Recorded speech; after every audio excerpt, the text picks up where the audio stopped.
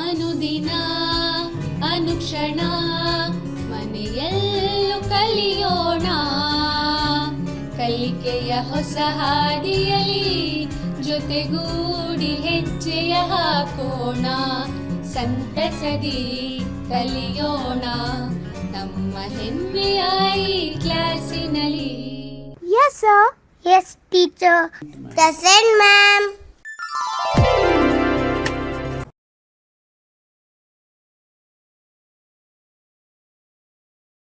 ಪ್ರೀತಿಯ ವಿದ್ಯಾರ್ಥಿಗಳೇ, ಸಂವೇದ ಈ ಕ್ಲಾಸ್ ಕಲಿಕಾ ಕಾರ್ಯಕ್ರಮಕ್ಕೆ ತಮಗೆಲ್ಲರಿಗೂ ಆದರದ ಸ್ವಾಗತ. ಎಲ್ಲ ಕಲಿಯಲಿಕ್ಕೆ ತುಂಬ ಉತ್ಸಾಹದಿಂದ ಕಾಯ್ತಾ ಇದ್ದೀರಾ ಅಂತ ಭಾವಿಸ್ತೀನಿ. ಇಂದಿನ ತರಗತಿಯಲ್ಲಿ ನೀವು 10ನೇ ತರಗತಿಯ ವಿಜ್ಞಾನ ವಿಷಯದ ಪಠ್ಯಪುಸ್ತಕ ಭಾಗ 2ರ 14ನೇ ಅಧ್ಯಾಯ ಶಕ್ತಿ ಆಕರಗಳು, ಇದನ್ನು ನಾವು 3 ಭಾಗಗಳಲ್ಲಿ ಕಲಿಯಲಿಕ್ಕೆ ಪ್ರಯತ್ನ ಮಾಡಿದ್ವಿ. ಇದು ಅದರ 2ನೇ ಭಾಗ. ಇದು ನಿಮ್ಮ ಪಠ್ಯಪುಸ್ತಕದಲ್ಲಿ 137ನೇ ಪುಟದಿಂದ 153ನೇ ಪುಟದವರೆಗೂ ಇದೆ. ಇದು ನಿಮಗೆ ಗೊತ್ತಿರೋ ವಿಷಯನೇ. ಎಲ್ಲ ಸಿದ್ಧರಿದ್ದೀರಲ್ವ ಮಕ್ಕಳೇ? ಪ್ರಾರಂಭ ಮಾಡೋಣ. ನೀವು ಕಲ್ತಿರೋದೇನು ಅಂತ ನೋಡೋಣ. ಶಕ್ತಿ, ಕೆಲಸ ಮಾಡುವ ಸಾಮರ್ಥ್ಯವೇ ಶಕ್ತಿ ಅನ್ನೋದನ್ನು ನೀವು ಕಳೆದ ತರಗತಿಯಲ್ಲಿ ತಿಳ್ಕೊಂಡ್ರಿ. ಇನ್ನು ನೀವೇನು ಕಲ್ತ್ರಿ? ಶಕ್ತಿ ಸಂರಕ್ಷಣಾ ನಿಯಮವನ್ನು ಕಲ್ತ್ರಿ. ನೆನಪು ಮಾಡ್ಕೊಳ್ಳಿ. ಏನು ಶಕ್ತಿ ಸಂರಕ್ಷಣಾ ನಿಯಮ?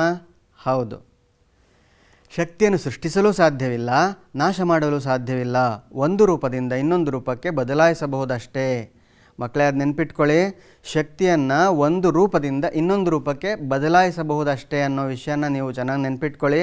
ಯಾಕೆಂದರೆ ಇಂದಿನ ತರಗತಿಯಲ್ಲಿ ನಿಮಗೆ ಅದು ಸಹಾಯವಾಗಲಿದೆ. ನಾವು ಆ ಬದಲಾವಣೆಗಳನ್ನು ಇಲ್ಲಿ ಗಮನಿಸ್ತೀವಿ. ಈಗ ಅದನ್ನು ಮರಿಬೇಡಿ. ಮುಂದುವರೆದು ನಾವು ಏನು ಕಲ್ತ್ವಿ? ವಿಶ್ವದ ಶಕ್ತಿ ಸ್ಥಿರ. ಯಾವಾಗ ಶಕ್ತಿಯನ್ನು ನಾಶ ಮಾಡಲು ಆಗೋದಿಲ್ಲ, ಸೃಷ್ಟಿಸಲು ಆಗೋದಿಲ್ಲ ಅಂದರೆ ಅದು ಸ್ಥಿರ ಅಂತೇಳಾಯಿತು. ಆದರೂ ನಾವು ಶಕ್ತಿ ಬಿಕ್ಕಟ್ಟನ್ನು ಎದುರಿಸ್ತಾ ಇದ್ದೀವಿ. ಯಾಕೆ ಎದುರಿಸ್ತಿದ್ದೀವಿ ಅನ್ನೋದನ್ನು ನೀವು ಕಳೆದ ತರಗತಿಯಲ್ಲಿ ತಿಳ್ಕೊಂಡ್ರಿ. ಯಾಕೆ ಹೀಗಾಗುತ್ತೆ ನೋಡಿ. ಬಳಸಬಹುದಾದ ರೂಪದ ಶಕ್ತಿಯು ಬಳಸಲು ಕಡಿಮೆ ಸಾಧ್ಯತೆ ಇರುವ ರೂಪದಲ್ಲಿ ವಾತಾವರಣದಲ್ಲಿ ಕಣ್ಮರೆಯಾಗ್ತಿರುವುದೇ ಇದಕ್ಕೆ ಕಾರಣ. ಇಂಥ ಶಕ್ತಿಯನ್ನು ಒದಗಿಸುವ ಪದಾರ್ಥಗಳನ್ನು ನಾವು ಇಂಧನಗಳು ಅಂತ ಕರಿತೀವಿ. ಆ ಇಂಧನಗಳು ನಮಗೆ ಹೇಗಿರಬೇಕು, ಉತ್ತಮ ಇಂಧನದ ಲಕ್ಷಣಗಳನ್ನು ಕೂಡ ನಾವು ಕಲ್ತ್ವಿ. ಯಾವುದ್ಯಾವುದು ಉತ್ತಮ ಇಂಧನಗಳು ಗಮನಿಸೋಣ. ಉತ್ತಮ ಇಂಧನಗಳು ಪ್ರತಿ ಘಟಕ ಪರಿಮಾಣಕ್ಕೆ ಹೆಚ್ಚು ಶಕ್ತಿಯನ್ನು ಕೊಡಬೇಕು ಅನ್ನೋದನ್ನು ತಿಳ್ಕೊಂಡ್ರಿ. ನಾವು ಇದ್ದಲು ಮತ್ತು ಕಲ್ಲಿದ್ದನ್ನು ಹೋಲಿಕೆ ಮಾಡಿ ಇದನ್ನು ಗಮನಿಸಿದ್ವಿ ಕಳೆದ ತರಗತಿಯಲ್ಲಿ. ನೆನಪು ಮಾಡ್ಕೊಳ್ಳಿ ಅದನ್ನು. ಹಾಗೆ ಸಂಗ್ರಹಿಸಲು ಮತ್ತು ಸಾಗಾಣಿಕೆ ಮಾಡಲು ಸುಲಭವಾಗಿರಬೇಕು ಅನ್ನೋದನ್ನು ನಾವು ಗಮನಿಸಿದ್ವಿ. ಹಾಗೆ ಸುಲಭವಾಗಿ ಮತ್ತು ಕಡಿಮೆ ಬೆಲೆಗೆ ಸಿಗುವಂತಿರಬೇಕು. ಇವೆಲ್ಲ ಉತ್ತಮ ಇಂಧನದ ಲಕ್ಷಣಗಳಾದರೆ ನೋಡಿ, ಇನ್ನೊಂದು ಮುಖ್ಯವಾದ ಲಕ್ಷಣ ಮಾಲಿನ್ಯವನ್ನು ಕಡಿಮೆ ಮಾಡಬೇಕದು. ಹೊಗೆ ಅಥವಾ ಕಾರ್ಬನ್ ಡೈಆಕ್ಸೈಡ್ ಅನಿಲ ಇತ್ಯಾದಿಗಳನ್ನು ಬಿಡುಗಡೆ ಕಡಿಮೆ ಮಾಡಬೇಕದು. ಆಗ ಅದು ಉತ್ತಮ ಇಂಧನ ಆಗುತ್ತೆ ಅನ್ನೋದನ್ನು ನಾವೆಲ್ಲ ಗಮನಿಸಿದ್ವಿ.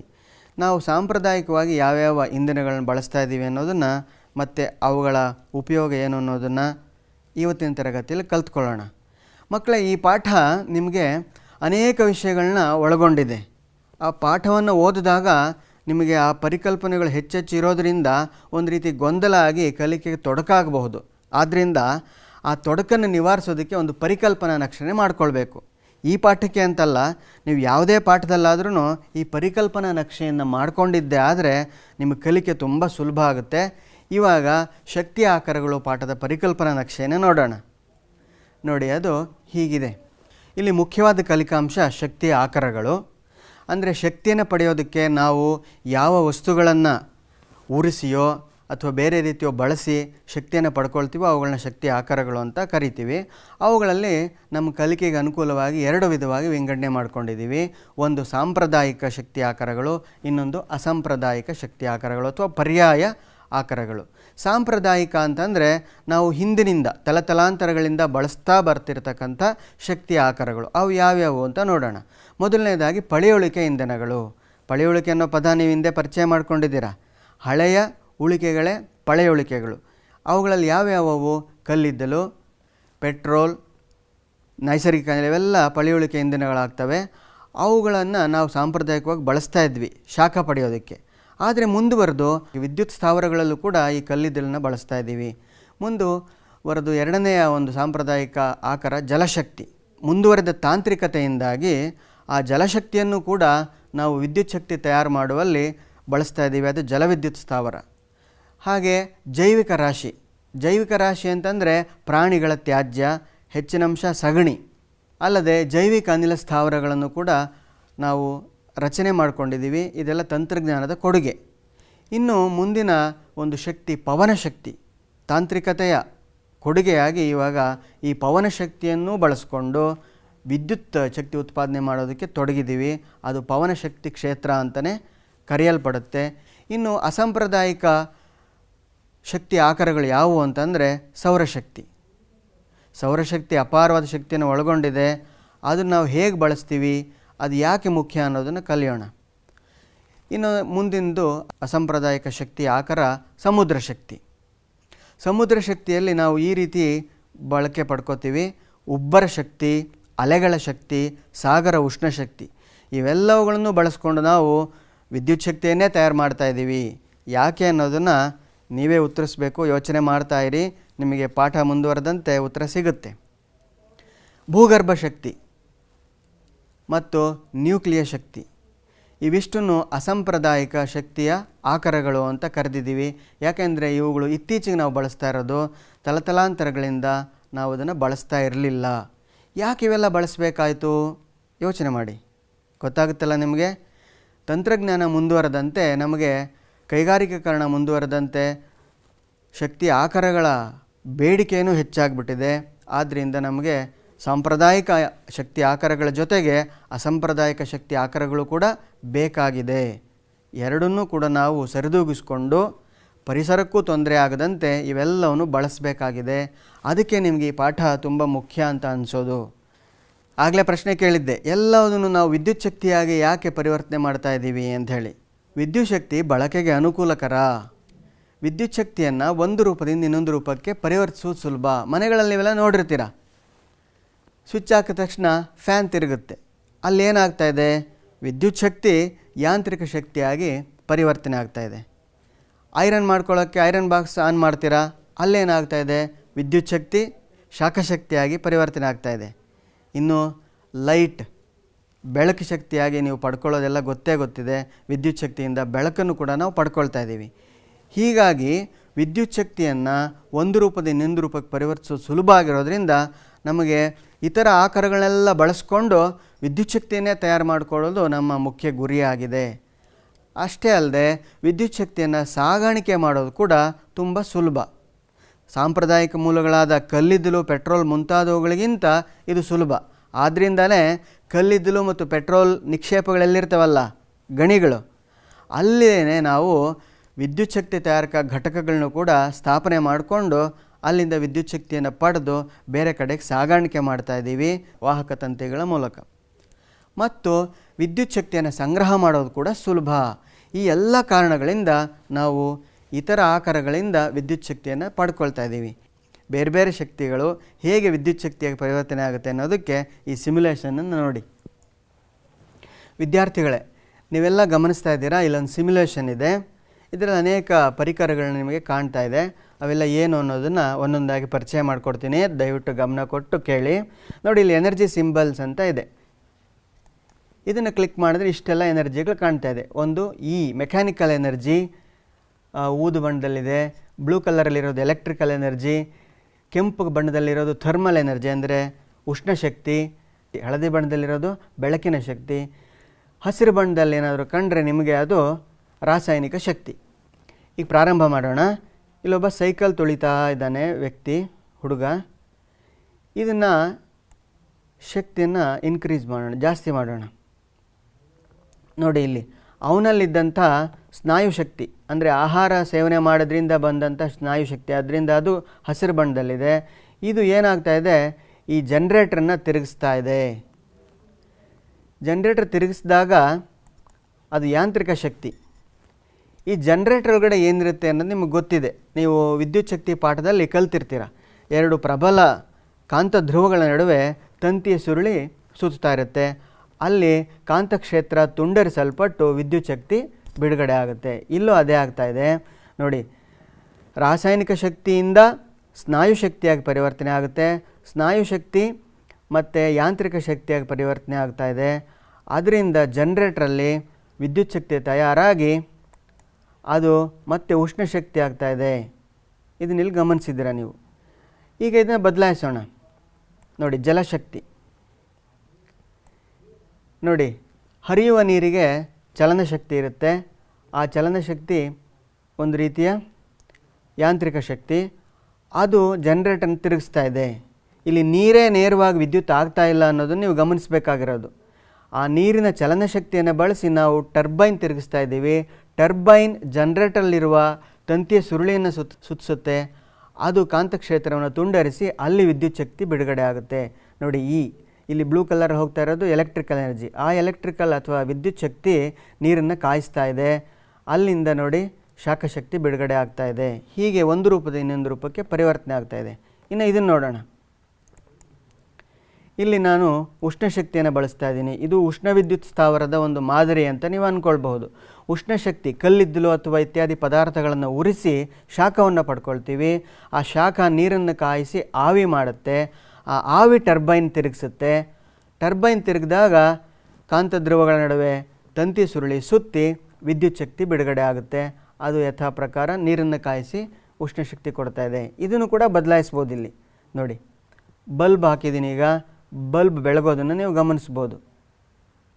ಸೊ ಹೀಗೆ ವಿದ್ಯುತ್ ಶಕ್ತಿ ಬೇರೆ ಬೇರೆ ಶಕ್ತಿಯ ರೂಪಗಳಿಗೆ ಬದಲಾಗೋದಕ್ಕೆ ಸಾಧ್ಯ ಇರೋದ್ರಿಂದ ನಾವು ನೋಡಿ, ಯಾಂತ್ರಿಕ ಶಕ್ತಿಯಿಂದ ಅಥವಾ ಜಲಶಕ್ತಿಯಿಂದ ಅಥವಾ ಉಷ್ಣಶಕ್ತಿಯಿಂದ ಇವೆಲ್ಲವುಗಳಿಂದನೂ ವಿದ್ಯುತ್ ಶಕ್ತಿಯನ್ನು ಪಡ್ಕೊಳ್ಳೋ ಪ್ರಯತ್ನ ಮಾಡ್ತೀವಿ. ಸರಿ ಮಕ್ಕಳೇ, ನೋಡಿದ್ರಲ್ಲ, ನಾವು ವಿವಿಧ ಶಕ್ತಿಯ ಆಕಾರಗಳನ್ನು ಬಳಸ್ಕೊಂಡು ಹೇಗೆ ವಿದ್ಯುತ್ ಶಕ್ತಿಯನ್ನು ಪಡ್ಕೊಳ್ತಾ ಇದ್ದೀವಿ, ಅದೆಷ್ಟು ಅನುಕೂಲಕರ ಅನ್ನೋದು ನಿಮ್ಗೆ ಅರ್ಥ ಆಗಿದೆ. ಇಲ್ಲಿ ಒಂದು ಉಷ್ಣ ವಿದ್ಯುತ್ ಸ್ಥಾವರದ ಮಾದರಿ ಇದೆ. ಇದು ಹೇಗೆ ವರ್ಕ್ ಆಗುತ್ತೆ ಅನ್ನೋದನ್ನು ನೋಡೋಣ. ನೋಡಿ, ಅಲ್ಲಿ ಕಲ್ಲಿದ್ದಲನ್ನು ಫೀಡ್ ಮಾಡ್ತಾ ಇದ್ದಾರೆ ಒಳಗಡೆಗೆ. ಅಲ್ಲಿ ಕಲ್ಲಿದ್ದಲು ಉರಿದು ಶಾಖವನ್ನು ಬಿಡುಗಡೆ ಮಾಡುತ್ತೆ. ಆ ಶಾಖದಿಂದ ನೀರು ಕಾಯುತ್ತೆ. ನೀರು ಕಾದು ಆವಿ ಆಗುತ್ತೆ. ಆ ಆವಿ ನೋಡಿ ಟರ್ಬೈನ್ ತಿರುಗಿಸ್ತಾ ಇರೋದು ಕಾಣ್ತಿದೆ ನಿಮಗಿಲ್ಲಿ. ಟರ್ಬೈನ್ ತಿರುಗುತ್ತೆ. ಟರ್ಬೈನ್ ತಿರುಗೋದ್ರಿಂದ ಜನರೇಟರ್ಲಿರುವ ತಂತಿಯ ಸುರುಳಿ ಸುತ್ತಿ ವಿದ್ಯುತ್ ಶಕ್ತಿ ಬಿಡುಗಡೆ ಆಗ್ತಾಯಿದೆ. ಅದನ್ನು ಸಂಗ್ರಹಿಸಿ ಅಥವಾ ತಂತಿಗಳ ಮೂಲಕ ನಾವು ಬೇರೆ ಪ್ರದೇಶಗಳಿಗೆ ಕೊಂಡೊಯ್ತಾ ಇದ್ದೀವಿ. ಇದು ತುಂಬ ಸುಲಭವಾದ ವಿಧಾನ ಆಯಿತು. ಅದೇ ಕಲ್ಲಿದ್ದಲನ್ನ ಅಥವಾ ಪೆಟ್ರೋಲಿಯಂನ ಸಾಗಿಸ್ಬೇಕಾದ್ರೆ ಕಷ್ಟ ಆಗ್ತಾಯಿತ್ತು. ಈಗ ವಿದ್ಯುತ್ ಶಕ್ತಿಯನ್ನು ಸಾಗಿಸೋದು ಸುಲಭ, ಮತ್ತು ಅಲ್ಲಿ ರೂಪಾಂತರ ಹೊಂದೋದು ಸುಲಭ ಅಂತ ನೀವು ನೋಡಿದ್ರಿ ಈಗ ಸಿಮ್ಯುಲೇಷನ್. ಸೊ ಹಾಗಾಗಿ ನಾವು ಉಷ್ಣ ವಿದ್ಯುತ್ ಸ್ಥಾವರಗಳನ್ನು ಬಳಸ್ತಾ ಇದ್ದೀವಿ. ಮಕ್ಕಳೇ, ಉಷ್ಣ ವಿದ್ಯುತ್ ಸ್ಥಾವರಗಳನ್ನೇನೋ ಬಳಸ್ತಾ ಇದ್ದೀವಿ ನಾವು, ಆದರೆ ಅದರ ಅನುಕೂಲ ಮಾತ್ರ ಇದೆಯಾ, ಅನನುಕೂಲಗಳೇನಿಲ್ವಾ ಅಂದರೆ ತುಂಬ ಅನನುಕೂಲಗಳಿವೆ. ಅವುಗಳು ಏನು ಅನ್ನೋದನ್ನು ಒಂದೊಂದಾಗಿ ನೋಡೋಣ. ಮೊದಲನೇದಾಗಿ ಇದು ಪರಿಸರ ಮಾಲಿನ್ಯವನ್ನು ಉಂಟು ಮಾಡುತ್ತೆ. ಹೊಗೆ ಮತ್ತು ಹಾರುಬೂದಿ, ಕಾರ್ಬನ್ ಡೈಆಕ್ಸೈಡ್ ಇತ್ಯಾದಿ ಅನಿಲಗಳನ್ನು ಬಿಡುಗಡೆ ಮಾಡಿ ಪರಿಸರ ಮಾಲಿನ್ಯ ಮತ್ತು ಗ್ಲೋಬಲ್ ವಾರ್ಮಿಂಗ್ ಅಂತ ಏನು ಕೇಳಿದ್ರಲ್ಲ ನೀವು, ಜಾಗತಿಕ ತಾಪಮಾನ, ಇದರ ಏರಿಕೆಗೆ ಕಾರಣವಾಗ್ತಾ ಇದೆ. ಆದ್ದರಿಂದ ನಾವು ಈಗ ಅಸಾಂಪ್ರದಾಯಿಕ ಇಂಧನಗಳಿಗೆ ಮೊರೆ ಹೋಗಬೇಕಾಗಿದೆ. ಇನ್ನೊಂದು ಕಾಡು ಮತ್ತು ಜೀವ ವೈವಿಧ್ಯ ನಾಶ. ಕಲ್ಲಿದ್ದಲು ತಗೊಳ್ಬೇಕು ಅಂದರೆ ಗಣಿಗಾರಿಕೆ ಮಾಡಬೇಕು. ಗಣಿಗಾರಿಕೆ ಮಾಡಬೇಕಂದ್ರೆ ಕಾಡು ನಾಶ ಆಗ್ತಾಯಿದೆ. ಕಾಡು ನಾಶದಿಂದ ಜೀವ ವೈವಿಧ್ಯ ಕೂಡ ನಾಶ ಆಗ್ತಾಯಿದೆ. ಇದು ತುಂಬ ಸೂಕ್ಷ್ಮವಾದ ವಿಚಾರ. ನಾವು ಅದರ ಬಗ್ಗೆ ಎಚ್ಚರ ವಹಿಸ್ಬೇಕು ಮಕ್ಕಳೇ. ಮುಂದುವರೆದು ಆವಿ ಉಂಟು ಮಾಡಲು ಹೆಚ್ಚಿನ ನೀರಿನ ಅಗತ್ಯ ಇದೆ. ನೋಡಿದ್ರಲ್ಲ, ಆವಿ ಬೇಕು. ಆವಿ ಬೇಕಂದರೆ ನೀರು ಬೇಕು. ನೀರೇ ನಮಗೆ ದುರ್ಲಭ ಆಗಿರುವಾಗ ಇದು ಕೂಡ ಒಂದು ಅನನುಕೂಲವಾಗಿ ಪರಿಣಮಿಸಿದೆ. ಮತ್ತು ನಿರ್ವಹಣಾ ವೆಚ್ಚ ಕೂಡ ಅಧಿಕವಾಗಿದೆ. ಇವೆಲ್ಲವೂ ಉಷ್ಣ ವಿದ್ಯುತ್ ಸ್ಥಾವರಗಳ ಅನನುಕೂಲಗಳು. ಪರೀಕ್ಷಾ ದೃಷ್ಟಿಯಿಂದ ಇದು ಮುಖ್ಯವಾದ ಪ್ರಶ್ನೆ ಕೇಳ್ತಾರೆ ಇದನ್ನು. ಒಟ್ಟಾರೆ ಉತ್ಪಾದನಾ ಸಾಮರ್ಥ್ಯ ಕೂಡ ಕಡಿಮೆ ಇದೆ. ನೋಡಿ, ನಾನು ಬಾಯಿ ಮಾತಲ್ಲಿ ಹೇಳಿದ್ದನ್ನು ಈ ಚಿತ್ರ ನಿಮಗೆ ಇನ್ನೂ ಹೆಚ್ಚಾಗಿ ತೋರ್ಪಡಿಸ್ತಾ ಇದೆ. ಗಣಿಗಾರಿಕೆಯಿಂದ ಹೇಗೆಲ್ಲ ಪರಿಸರ ನಾಶ ಆಗಿದೆ ಅನ್ನೋದನ್ನು ಗಮನಿಸಿ. ಅಲ್ಲಿ ನೋಡಿ, ಅಗಾಧವಾದ ಹೊಗೆ, ಹಾರುಬೂದಿ ಇವೆಲ್ಲ ಗಮನಿಸ್ತಾ ಇದ್ದೀರಾ. ಪರಿಸರಕ್ಕೆ ಇದು ಎಷ್ಟು ದುಷ್ಪರಿಣಾಮ ಅನ್ನೋದನ್ನು ಕೂಡ ನೀವು ಅರ್ಥ ಮಾಡ್ಕೊಂಡಿದ್ದೀರಾ. ಇನ್ನೂ ಹೆಚ್ಚಿನ ವಿಷಯಗಳನ್ನ ನೀವು ಪಠ್ಯಪುಸ್ತಕಗಳನ್ನ ನೋಡಿ ಅಥವಾ ನಿಮ್ಮ ವಿದ್ಯಾರ್ಥಿ ಮಿತ್ರರ ಜೊತೆ ಅಥವಾ ಶಿಕ್ಷಕರ ಜೊತೆ ಚರ್ಚಿಸಿ ಇದರ ಬಗ್ಗೆ ಹೆಚ್ಚು ತಿಳ್ಕೊಳ್ಳಿ. ನೋಡಿ, ಕೋಲ್ ಕಿಲ್ಸ್ ಎಂಥ ಒಂದು ಪರಿಣಾಮಕಾರಿಯಾದ ಬರಹ ಇದೆ. ಇಂಥ ಪುಸ್ತಕಗಳನ್ನು ಕೂಡ ನೀವು ಓದಬಹುದು. ಇನ್ನು ಜಲವಿದ್ಯುತ್ ಸ್ಥಾವರಕ್ಕೆ ಹೋಗೋಣ. ಈ ಅನನುಕೂಲ ಇರೋದರಿಂದ ನಾವು ಇನ್ನೊಂದು ಸಾಂಪ್ರದಾಯಿಕ ಶಕ್ತಿಯ ಆಕಾರವನ್ನು ಬಳಸ್ಕೊಂಡು ವಿದ್ಯುತ್ ಶಕ್ತಿ ತಯಾರು ಮಾಡ್ತಾ ಇದ್ದೀವಿ. ನೋಡಿ, ಹೈಡ್ರೋ ಎಲೆಕ್ಟ್ರಿಕ್ ಪವರ್ ಪ್ಲ್ಯಾಂಟ್ ಅಂತ ಕರೀತಾರೆ ಜಲವಿದ್ಯುತ್ ಸ್ಥಾವರ. ಇಲ್ಲಿ ಅಣೆಕಟ್ಟನ್ನು ಕಟ್ಟಿ ನೀರಿನ ಚಲನಶಕ್ತಿಯನ್ನು ತಡೆದು ಪ್ರಚನ ಶಕ್ತಿಯಾಗಿ ಮಾಡಿಟ್ಟಿರ್ತಾರೆ. ನಂತರ ಕೊಳವೆಗಳ ಮೂಲಕ ಅದನ್ನು ಹರಿಯಲು ಬಿಡ್ತಾರೆ. ಹೀಗೆ ಕೊಳವೆಗಳ ಮೂಲಕ ಹರಿದಾಗ ಚಲನಶಕ್ತಿ ಆ ಟರ್ಬೈನ್ನ ತಿರುಗಿಸುತ್ತೆ. ಟರ್ಬೈನ್ ತಿರುಗೋದು ಕಾಣುತ್ತೆ ನೋಡಿ ನಿಮಗೀಗ. ಆ ಗೇಟ್ ಓಪನ್ ಆಗುತ್ತೆ. ಗೇಟ್ ಓಪನ್ ಆದ ತಕ್ಷಣ ಸಂಗ್ರಹಿತವಾದ ನೀರು, ಪ್ರಚನ ಶಕ್ತಿ ಇದ್ದಂಥ ನೀರು ಚಲನಶಕ್ತಿಯಾಗಿ ಪರಿವರ್ತನೆ ಆಗುತ್ತೆ. ಆ ಪೆನ್ ಸ್ಟಾಕ್ ಅಂತ ಕರೀತಾರೆ. ಆ ಓರೆಯಾಗಿಟ್ಟಿರ್ತಕ್ಕಂಥ ಕೊಳವೆ ಪೆನ್ ಸ್ಟಾಕ್. ಅದರ ಮೂಲಕ ನೀರು ಹರಿದು ಆ ಟರ್ಬೈನ್ ತಿರುಗಿಸ್ತಾ ಇದೆ ನೋಡಿ. ಟರ್ಬೈನ್ ತಿರುಗೋದ್ರಿಂದ ಜನರೇಟರ್ಲಿರುವ ತಂತಿಯ ಸುರುಳಿ ಸುತ್ತುತ್ತೆ. ಅಲ್ಲಿ ಕಾಂತಕ್ಷೇತ್ರ ತುಂಡರಿಸಲ್ಪಟ್ಟು ವಿದ್ಯುತ್ ಶಕ್ತಿ ಉತ್ಪಾದನೆ ಆಗುತ್ತೆ. ಅದನ್ನು ನೋಡಿ ಅಲ್ಲಿಂದ ನಾವು ಇತರ ಪ್ರದೇಶಗಳಿಗೆ ಸಾಗಾಣಿಕೆ ಮಾಡ್ತಾ ಇದ್ದೀವಿ. ಇಲ್ಲಿ ನೀರು ಹರಿದು ಮುಂದಕ್ಕೆ ಹೊರಟೋಗುತ್ತೆ. ಸೊ ಇದು ಮೇಲ್ನೋಟಕ್ಕೆ ತುಂಬ ಸುಲಭ ಅಲ್ವಾ? ಸಂಗ್ರಹ ಮಾಡಿರ್ತೀವಿ, ವಿದ್ಯುತ್ ಶಕ್ತಿ ಪಡ್ಕೊಳ್ತೀವಿ, ನೀರು ಕೂಡ ಮುಂದಕ್ಕೆ ಹೊರಟೋಗುತ್ತೆ, ಕೃಷಿ ಇತ್ಯಾದಿ ಅನುಕೂಲಗಳಿಗೆ ಬಳಕೆ ಆಗುತ್ತೆ ಅಂತ ಅನಿಸುತ್ತೆ. ಆದರೆ ಇದರಲ್ಲೂ ಕೂಡ ಕೆಲವು ಅನನುಕೂಲಗಳಿವೆ ಮಕ್ಕಳೇ. ಏನು ಅಂತ ಯೋಚನೆ ಮಾಡಿದ್ದೀರಾ? ಗೊತ್ತಾ ನಿಮಗೆ? ನೋಡಿ, ಜಲವಿದ್ಯುತ್ ಸ್ಥಾವರಗಳ ಅನನುಕೂಲಗಳು. ಜಲವಿದ್ಯುತ್ ಸ್ಥಾವರದಿಂದ ಕಾಡು ಮುಳುಗಡೆ ಆಗುತ್ತೆ, ಜೀವವೈವಿಧ್ಯ ಮುಳುಗಡೆ ಆಗುತ್ತೆ, ಇಡೀ ಪರಿಸರ ವ್ಯವಸ್ಥೆ ನಾಶ ಆಗುತ್ತೆ ಮಕ್ಕಳೇ. ಮಾನವನ ವಾಸಸ್ಥಾನ, ವ್ಯವಸಾಯ ಭೂಮಿ ಇವೆಲ್ಲ ಮುಳುಗಡೆ ಆಗ್ತವೆ. ಅವರಿಗೆ ಪುನರ್ವಸತಿ ಕಲ್ಪಿಸೋದು ಕೂಡ ದೊಡ್ಡ ಸಮಸ್ಯೆ ಆಗೋಗುತ್ತೆ. ಅವರು ಮೂಲತಃ ತಲತಲಾಂತರಗಳಿಂದ ಒಂದು ಜಾಗದಲ್ಲಿ ವಾಸ ಮಾಡ್ತಾ ಇರ್ತಾರೆ. ಯಾವಾಗ ಅಣೆಕಟ್ಟು ಕಟ್ಟಿ ನೀರನ್ನು ನಿಲ್ಲಿಸ್ಬಿಡ್ತೀವೋ ಆಗ ಅವ್ರಿಗೆ ವಾಸಕ್ಕೆ ಭೂಮಿ ಸಿಗೋದಿಲ್ಲ, ಕೃಷಿಗೆ ಭೂಮಿ ಸಿಗೋದಿಲ್ಲ. ಅವ್ರನ್ನ ಬೇರೆ ಕಡೆ ಕಳಿಸ್ಬೇಕಾಗುತ್ತೆ.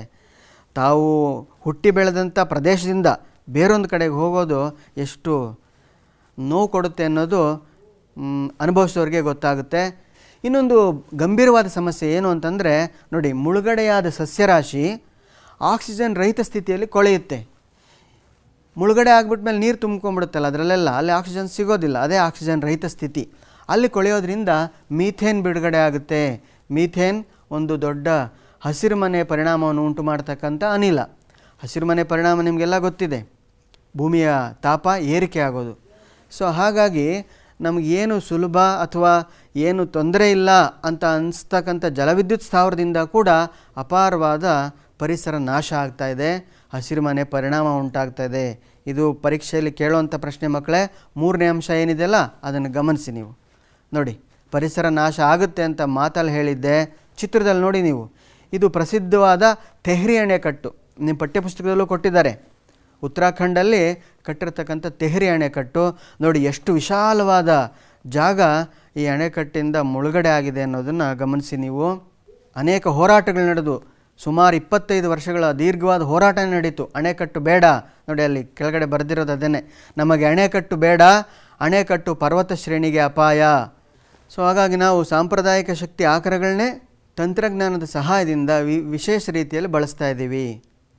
ಅದಕ್ಕೆ ಏನು ಉದಾಹರಣೆ ನೋಡಿ, ಇದೇನೆ ಸಗಣಿ ಅಂದರೆ ಜೈವಿಕ ರಾಶಿ. ಹಸುಗಳಿಂದ ತ್ಯಾಜ್ಯವಾದ ಸಗಣಿಯನ್ನು ಬಳಸಿ ನಾವು ಈ ಥರ ಬೆರಣಿಗಳನ್ನ ತಟ್ಕೊಂಡು ಇದನ್ನು ಉರುವಲಾಗಿ ಬಳಸ್ತಿದ್ದಿದ್ದು ಬಹುಶಃ ನಿಮಗೆ ಗೊತ್ತಿಲ್ಲ, ಅಥವಾ ಈಗಲೂ ಕೆಲವು ಕಡೆ ಹಳ್ಳಿಗಳಲ್ಲಿ ಬಳಸ್ತಾ ಇರ್ತಾರೆ.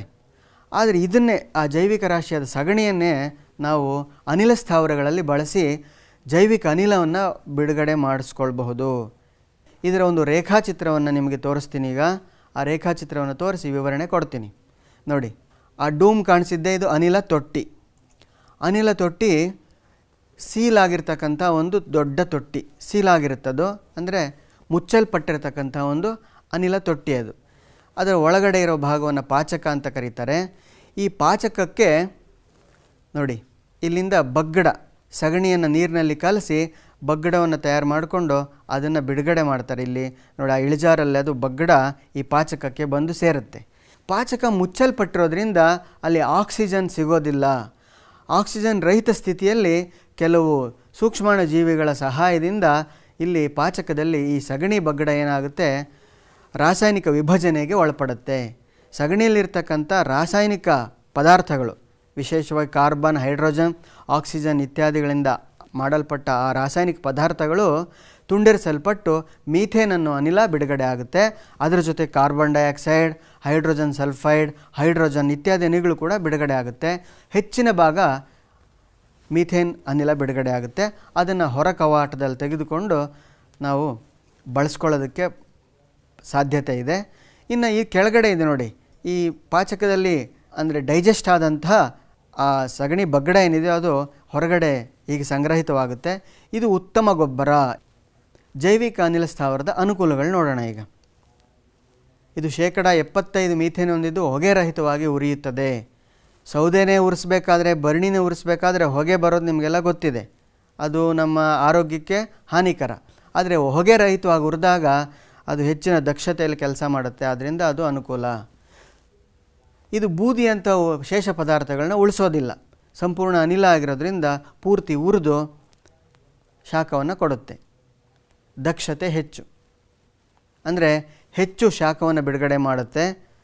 ಇನ್ನು ಉಳಿಕೆ ಏನಿದೆಯಲ್ಲ ಅದು ಉತ್ತಮ ಗೊಬ್ಬರ. ಆಗಲೇ ಹೇಳಿದೆ, ಇದರಲ್ಲಿ ರಂಜಕ ಮತ್ತು ಸಾರಜನಕ ಇರೋದ್ರಿಂದ ಇದು ಉತ್ತಮ ಗೊಬ್ಬರ ಕೂಡ ಹೌದು. ಆದ್ದರಿಂದ ಜೈವಿಕ ಅನಿಲ ಸ್ಥಾವರಗಳನ್ನ ನಾವು ಹೆಚ್ಚು ಬಳಸಬಹುದು. ಆದರೆ ಇದಕ್ಕೊಂದು ಅನನುಕೂಲನೂ ಇದೆ. ಏನು ಅನನುಕೂಲಗಳು ನೋಡೋಣ ಈಗ. ಈ ಜೈವಿಕ ಅನಿಲ ಸ್ಥಾವರಗಳನ್ನು ನಾವು ಸ್ಥಾಪನೆ ಮಾಡಬೇಕಾದ್ರೆ ಅಪಾರ ಪ್ರಮಾಣದ ವೆಚ್ಚ ಆಗುತ್ತೆ. ಸರ್ಕಾರ ಇದಕ್ಕೆ ಸಬ್ಸಿಡಿ ಎಲ್ಲ ಕೊಡುತ್ತೆ, ಆದರೂ ಕೂಡ ವೆಚ್ಚ ಅಧಿಕನೇ ಅಂತ ಅನಿಸುತ್ತೆ. ಮತ್ತು ನಗರ ಪ್ರದೇಶಗಳಿಗೆ ಸೂಕ್ತವಲ್ಲ. ದೊಡ್ಡ ಪ್ರಮಾಣದಲ್ಲಿ ಬಳಸಬೇಕು ಅಂದರೆ ನಗರದಲ್ಲಿ ನಮಗೆ ಅಷ್ಟು ಪ್ರಮಾಣದ ಸಗಣಿ ಸಿಗೋದಿಲ್ಲ ಜನಗಳಿಗೆ, ಹಾಗಾಗಿ ನಗರ ಪ್ರದೇಶಗಳಿಗೆ ಸೂಕ್ತವಲ್ಲ. ಮತ್ತು ಅನಿಲ ಉತ್ಪಾದನೆ ವಾಯುಗುಣವನ್ನು ಅವಲಂಬಿಸಿರುತ್ತೆ.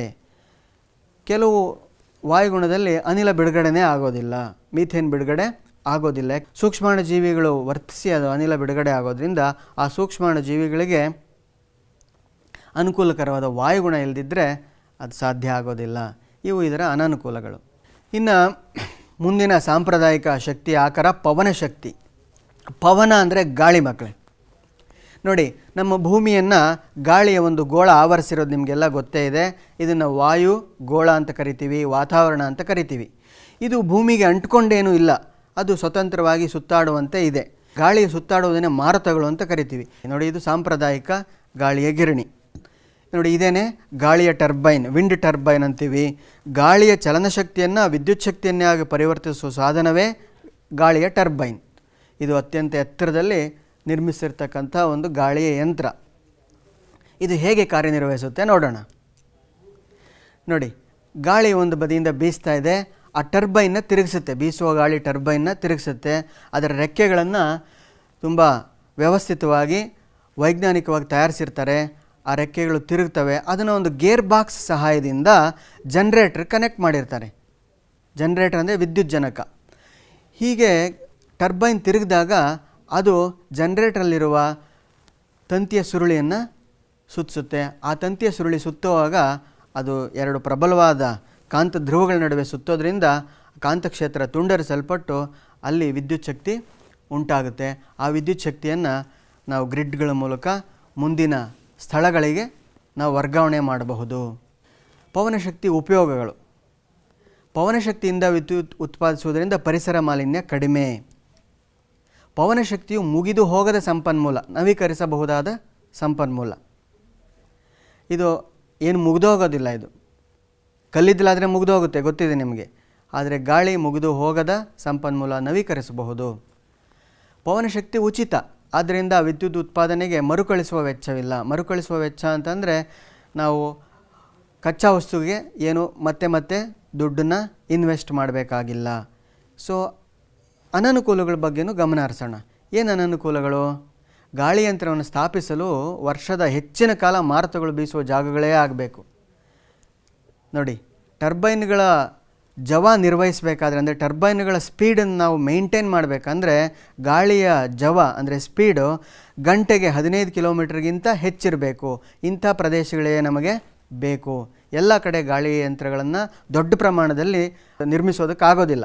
ಮನೆ ಮಟ್ಟಿಗೆ ಬೇಕಾದರೆ ಇತ್ತೀಚೆಗೆ ಮನೆಗಳ ಮೇಲೆ ನಾವು ಈ ಗಾಳಿ ಟರ್ಬೈನ್ನ ಮಾಡ್ಕೋತಾ ಇದ್ದೀವಿ. ದೊಡ್ಡ ಪ್ರಮಾಣದಲ್ಲಿ ಬೇಕು ಅಂದರೆ ನಮಗಿಂತ ಸೂಕ್ತ ಜಾಗಗಳು ಬೇಕಾಗುತ್ತೆ. ಹಾಗೆ ಆ ಜಾಗ ಕೂಡ ವಿಶಾಲವಾದ ಜಾಗ ಬೇಕಾಗುತ್ತೆ. ನೋಡಿ, ಇಲ್ಲಿ ಅರ್ಥ ಮಾಡ್ಕೊಳ್ಳಿ, 1 ಮೆಗಾವ್ಯಾಟ್ ವಿದ್ಯುತ್ ಉತ್ಪಾದನೆಗೆ 2 ಹೆಕ್ಟೇರ್ ಭೂಮಿ ಬೇಕಾಗುತ್ತೆ. ಇದು ವಿಶಾಲವಾದ ಜಾಗನೇ ಸರಿ. ಆ ಜಾಗ ಸಿಗೋದು ಕೂಡ ತೊಂದರೆ ಆಗುತ್ತೆ. ಸ್ಥಾಪನಾ ವೆಚ್ಚ ಮತ್ತು ನಿರ್ವಹಣಾ ವೆಚ್ಚ ಅಧಿಕ. ನಿರ್ವಹಣೆಗೆ ಏನು ತೊಂದರೆ ಆಗುತ್ತೆ ಅಂದರೆ ಇದು ಎತ್ತರದಲ್ಲಿ ನಾವು ನಿರ್ಮಿಸಿರೋದ್ರಿಂದ ಬೀಸುವ ಗಾಳಿಯಲ್ಲಿ ಏನಾದರೂ ವ್ಯತ್ಯಾಸ ಉಂಟಾದರೆ ಅದು ಮುರಿದೋಗೋ ಸಾಧ್ಯತೆ ಇದೆ, ಅಥವಾ ಮಳೆಗೆ ಸಿಲುಕಿ ತುಕ್ಕು ಹಿಡಿಯುವಂಥದ್ದು, ಅಥವಾ ಕನೆಕ್ಷನ್ಸು ಬ್ರೇಕ್ ಆಗುವಂಥದ್ದು.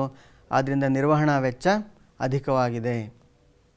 ಸೊ ಈಗ ಪ್ರಶ್ನೆಗಳಿಗೆ ಹೋಗೋಣ. ನಾನು ಮೊದಲೇ ಹೇಳಿದ್ದೆ ವಿಶೇಷವಾದ ಪ್ರಶ್ನೆಗಳನ್ನ ಇದರಲ್ಲಿ ನಿಮಗೆ ತಲುಪಿಸ್ತಾ ಇದ್ದೀನಿ ಅಂಥೇಳಿ ಎಕ್ಸಾಮ್ ದೃಷ್ಟಿಯಿಂದ. ಅದನ್ನೀಗ ನೋಡೋಣ. ಈ ಕಲಿಕಾಂಶಗಳು ಏನು ಕಲ್ತಿರಲ್ಲ ನೀವು, ಅದರ ಮೇಲಿನ ಪ್ರಶ್ನೆಗಳು. ಇಲ್ಲೊಂದು ಚಿತ್ರ ಕಾಣ್ತಾ ಇದೆ ನಿಮಗೆ, ಹಳ್ಳಿಯ ಚಿತ್ರ. ಸಾಕಷ್ಟು ಸಂಖ್ಯೆಯಲ್ಲಿ ಹಸುಗಳು ಕೂಡ ನಿಮಗೆ ಕಾಣ್ತಾ ಇವೆ. ಇಂಥ ಸನ್ನಿವೇಶವನ್ನು ಇಟ್ಕೊಂಡು ಒಂದು ಪ್ರಶ್ನೆ ಕೇಳ್ತಾರೆ. ಏನಂತಂದರೆ ನೋಡಿ, ಈ ಪ್ರಶ್ನೆ ಹೀಗಿರುತ್ತೆ. ಸ್ನೇಹ ಮತ್ತು ಸಂತೋಷ್ ಅನ್ನೋರು ಅವರ ಅಜ್ಜಿ ಮನೆಗೆ ಹೋಗಿರ್ತಾರೆ. ಅಲ್ಲಿ ಸೌದೆ ಉರಿಸಿ ಅಡುಗೆ ಮಾಡ್ತಿರೋದು, ಬೆರಣಿಯಿಂದ ಅಡುಗೆ ಮಾಡ್ತಿರೋದು ಎಲ್ಲ ಪರಿಸ್ಥಿತಿ ನೋಡ್ತಾರೆ. ಅವರಿಗೆ ಅದು ಬೇಸರ ತರಿಸುತ್ತೆ. ತಾವು ಶಾಲೆಯಲ್ಲಿ ಕಲಿತಂಥ ವಿಷಯವನ್ನು ನೆನಪು ಮಾಡಿಕೊಂಡು ಆ ಗ್ರಾಮ ಪಂಚಾಯತಿ ಮುಖ್ಯಸ್ಥರನ್ನು ಕಂಡು ಜೈವಿಕ ಅನಿಲ ಸ್ಥಾವರವನ್ನು ಸ್ಥಾಪನೆ ಮಾಡಿ ನಿಮ್ಮೂರಲ್ಲಿ ಅಂತ ಅವ್ರನ್ನ ಮನವೊಲಿಸ್ತಾರೆ. ಈ ಒಂದು ಸನ್ನಿವೇಶದಲ್ಲಿ ಪ್ರಶ್ನೆಗಳು ಇರ್ತಾವೆ ನೋಡಿ. ಇಲ್ಲಿ ಸ್ನೇಹ ಮತ್ತು ಸಂತೋಷ್ ಪ್ರದರ್ಶಿಸಿದ ಮೌಲ್ಯ ಯಾವುದು ಅಂತ ಪ್ರಶ್ನೆ ಕೇಳಿರ್ತಾರೆ. ಉತ್ತರ ಪಡೆದ ಜ್ಞಾನವನ್ನು ನೈಜ ಸನ್ನಿವೇಶದಲ್ಲಿ ಅನ್ವಯಿಸುವುದು ಮತ್ತು ಪರಿಸರದ ಬಗ್ಗೆ ಕಾಳಜಿ ಪ್ರದರ್ಶಿಸುವುದು ಅನ್ನೋದು ಉತ್ತರ ಆಗಿರುತ್ತೆ. ಇನ್ನು ಪ್ರಶ್ನೆ, ಗ್ರಾಮ ಪಂಚಾಯತಿ ಅಧ್ಯಕ್ಷರನ್ನು ಒಪ್ಪಿಸಲು ಬಳಸಿದ ಅಂಶಗಳು ಯಾವುವು ಅಂತ. ಮಕ್ಕಳೇ, ಇದು ನಿಮ್ಗೆ ಪ್ರಶ್ನೆ ಕೇಳಿದಾಗ ಏನೋ ನಮ್ಗೆ ಗೊತ್ತೇ ಇಲ್ವಲ್ಲ ಅಂತ ಅನಿಸುತ್ತೆ. ಆದರೆ ಹಾಗೆ ಅಂದ್ಕೊಳ್ಬೇಡಿ. ನೋಡಿ, ಜೈವಿಕ ಅನಿಲ ಸ್ಥಾವರದ ಬಗ್ಗೆ ಪ್ರಶ್ನೆ ಇದ್ದಿದ್ದು. ಆದ್ದರಿಂದ ಅವರು ಯಾವ ಬಗ್ಗೆ ಮಾತಾಡಿರ್ಬೋದು ಅಂದರೆ ಜೈವಿಕ ಅನಿಲ ಸ್ಥಾವರದ ಅನುಕೂಲಗಳು, ಅಡ್ವಾಂಟೇಜಸ್, ಅದರ ಬಗ್ಗೆ ಮಾತಾಡಿದ್ರೆ ಅದೇ ಇದಕ್ಕೆ ಉತ್ತರ ಆಗುತ್ತೆ. ಅರ್ಥ ಆಯ್ತಲ್ಲ ನಿಮಗೆ? ಯಾವ್ಯಾವ ಅನುಕೂಲಗಳು ನೆನಪು ಮಾಡ್ಕೊಳ್ಳಿ. ಒಂದು, ಜೈವಿಕ ರಾಶಿಯಾದ ಸಗಣಿ ಉಚಿತವಾಗಿ ದೊರೆಯುತ್ತದೆ. ಆರ್ಥಿಕವಾಗಿ ಲಾಭದಾಯಕವಾಗಿದೆ ಇದು. ಜೈವಿಕ ಅನಿಲ ಹೊಗೆರಹಿತವಾಗಿ ಉರಿದು ವಾಯುಮಾಲಿನ್ಯವನ್ನು ತಡೆಯುತ್ತದೆ. ಮತ್ತು ಉಳಿಕೆ ಗೊಬ್ಬರವಾಗಿ ಬಳಸಬಹುದು ನಾವು. ಮತ್ತು ಜನರ ಜೀವನ ಮಟ್ಟ ಸುಧಾರಿಸುತ್ತದೆ.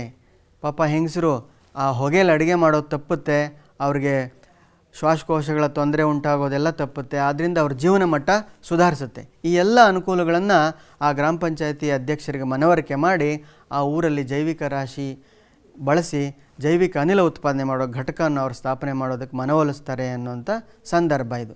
ಪ್ರಶ್ನೆ ಹೀಗೂ ಇರ್ಬೋದು ಮಕ್ಕಳೇ. ಇನ್ನೊಂದು ಪ್ರಶ್ನೆ, ಗಂಗಾ ನದಿಗೆ ತೆಹರಿ ಡ್ಯಾಮ್ ಅಥವಾ ನರ್ಮದಾ ನದಿಗೆ ಸರ್ದಾರ್ ಸರೋವರ ಯೋಜನೆಯನ್ನು ಜನರು ವಿರೋಧಿಸುತ್ತಿದ್ದಾರೆ ಏಕೆ? ಇದ್ರ ಬಗ್ಗೆ ಚರ್ಚೆ ಮಾಡಿದ್ದೀನಿ, ನೆನಪು ಮಾಡ್ಕೊಳ್ಳಿ. ಬೇರೆ ಸೋರ್ಸಿಂದ ವಿಷಯ ಸಂಗ್ರಹಣೆ ಮಾಡಿ ಉತ್ತರ ಕೊಡಿ. ಉತ್ತರ ಇಲ್ಲೇ ಇದೆ ಸಾಕಷ್ಟು, ನಿಧಾನಕ್ಕೆ ಓದಿ. ಅರಣ್ಯ ಮುಳುಗಡೆ ಆಗುತ್ತದೆ, ಮೀಥೇನ್ ಬಿಡುಗಡೆ ಆಗುತ್ತೆ, ಪರಿಸರ ವ್ಯವಸ್ಥೆ ನಾಶವಾಗುತ್ತೆ, ಮಾನವರ ಆವಾಸ, ಕೃಷಿ ಭೂಮಿ ಇವೆಲ್ಲ ಮುಳುಗಡೆ ಆಗ್ತವೆ, ಪುನರ್ವಸತಿ, ಅವ್ರನ್ನ ಬೇರೆ ಕಡೆ ಸ್ಥಳಾಂತರಿಸೋ ಸಮಸ್ಯೆ ಆಗುತ್ತೆ. ಈ ಎಲ್ಲ ಕಾರಣಗಳಿಂದ ಜನರು ವಿರೋಧಿಸ್ತಾ ಇದ್ದಾರೆ. ಮುಂದಿನ ಪ್ರಶ್ನೆ, ಇವುಗಳಿಗೆ ನೀವೇ ಉತ್ತರ ಮಾಡಬೇಕು. ನಿಮಗಿದು ಹೋಮ್ವರ್ಕ್ ಇದ್ದಂಗೆ. ಎಲ್ಲ ಪ್ರಶ್ನೆಗಳಿಗೆ ಉತ್ತರ ಮಾಡ್ತೀರಲ್ವಾ? ನೋಡಿ, ಮೊದಲನೇ ಪ್ರಶ್ನೆ, ಜೈವಿಕ ಅನಿಲ ಸ್ಥಾವರದ ಸಾಂಕೇತಿಕ ಚಿತ್ರ ಬರೆದು ಭಾಗಗಳನ್ನು ಗುರುತಿಸಿ. ಇದು ನಿಮ್ಮ ಪಠ್ಯಪುಸ್ತಕದಲ್ಲಿ 14.4 ಚಿತ್ರವಾಗಿ ಇದೆ. ಪಳೆಯುಳಿಕೆ ಇಂಧನಗಳ ನಿಕ್ಷೇಪಗಳಿರುವ ಸ್ಥಳಗಳನ್ನು ನೀವು ಭಾರತದ ನಕ್ಷೆಯಲ್ಲಿ ಗುರುತಿಸಿ. ಕರ್ನಾಟಕದಲ್ಲಿ ಪವನಶಕ್ತಿಯನ್ನು ಉಪಯೋಗಿಸಿ ವಿದ್ಯುತ್ ಉತ್ಪಾದಿಸುವ ಕ್ಷೇತ್ರಗಳೆಲ್ಲಿವೆ, ಇದನ್ನು ಕೂಡ ಪಟ್ಟಿ ಮಾಡಿ. ಜೈವಿಕ ಅನಿಲವು ರೈತರಿಗೆ ವರ, ಹೇಗೆ ಚರ್ಚಿಸಿ. ಇಷ್ಟು ಪ್ರಶ್ನೆಗಳಿಗೆ ನೀವು ಉತ್ತರ ಮಾಡಿ. ಇದು ನಿಮಗೆ ಪರೀಕ್ಷೆಗೆ ಸಾಕಷ್ಟು ಮಟ್ಟಿಗೆ ಸಹಾಯವಾಗುತ್ತೆ. ಸೊ ಇಲ್ಲಿವರೆಗೂ ಸಾವಧಾನದಿಂದ ಪಾಠವನ್ನು ಕೇಳಿದ ನಿಮಗೆಲ್ಲರಿಗೂ ಧನ್ಯವಾದಗಳು. ನಮಸ್ತೆ.